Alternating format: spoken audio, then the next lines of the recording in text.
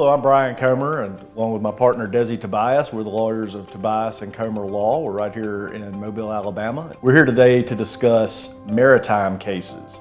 And one of the benefits to living in Mobile is all the water that's around us, the rivers, the bay, access to the Gulf. But then also with that comes a danger element that people really need to be aware of. And just like when you're out in your car, accidents can happen on the waterways. And what we want to make sure that we do is to encourage people to be careful out there and to know how to operate a boat or personal watercraft safely, whether it's a wave runner, a jet ski, or a personal boat. You still have to follow safe boating practices. And part of that is to know the vessel, to make sure that you're comfortable operating it and that you are equipped to operate it. Make sure that you're sober.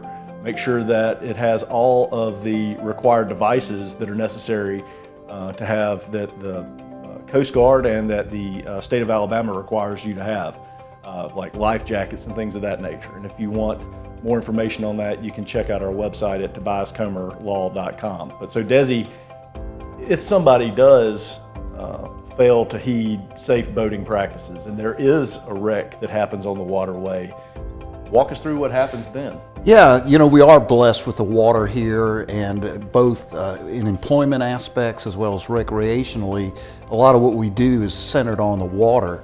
And what we do here at Tobias and Comer Law is maritime law. We've done that. It's something that I've had as part of my practice for almost 30 years.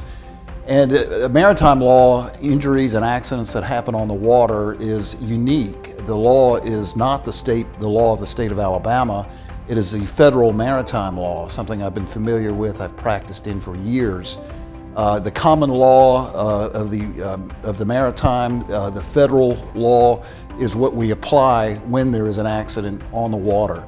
If you're employed and there's an accident on the water, there are certain remedies that are available to you that are beyond the state worker compensation law. They're much more favorable, actually. So those cases are called Jones Act or unseaworthiness cases, where you have a direct claim for all of your injuries against your employer and not just a limited compensation schedule. And so is that true if it happens on any of the waterways in Alabama? Yeah, that's correct. One of the things and one of the tests in terms of whether maritime law applies or not is to whether it's a navigable waterway. And what does that mean? Navigable waterway means something that's accessed where you can go back and forth on the water and reach the ocean, frankly. And there was one case I had years ago where we were trying to determine whether Big Creek Lake was navigable here in Mobile.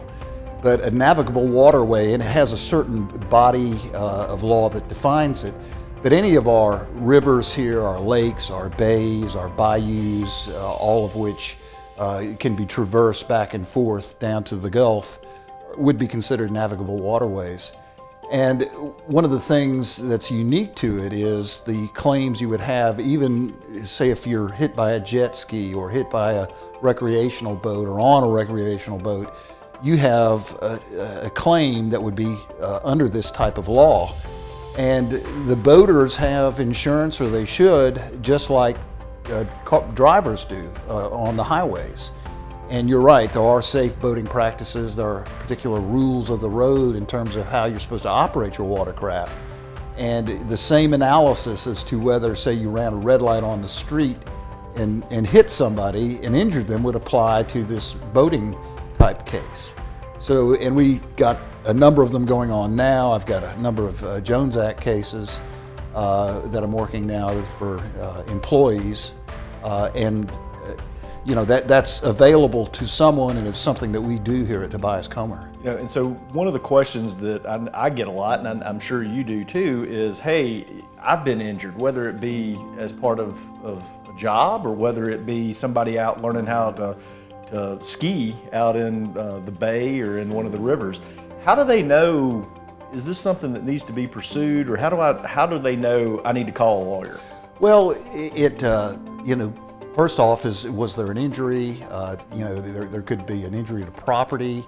You have certain types of claims there. If your boat's damaged or whatever. But if you're injured and it's a result of a maritime accident, it's something you ought to consider, look into in terms of whether there's culpability. If you or a loved one has suffered a personal injury and would like a free consultation, please contact us at 251-432-5001, or you can reach us on the web at tobiascomerlaw.com.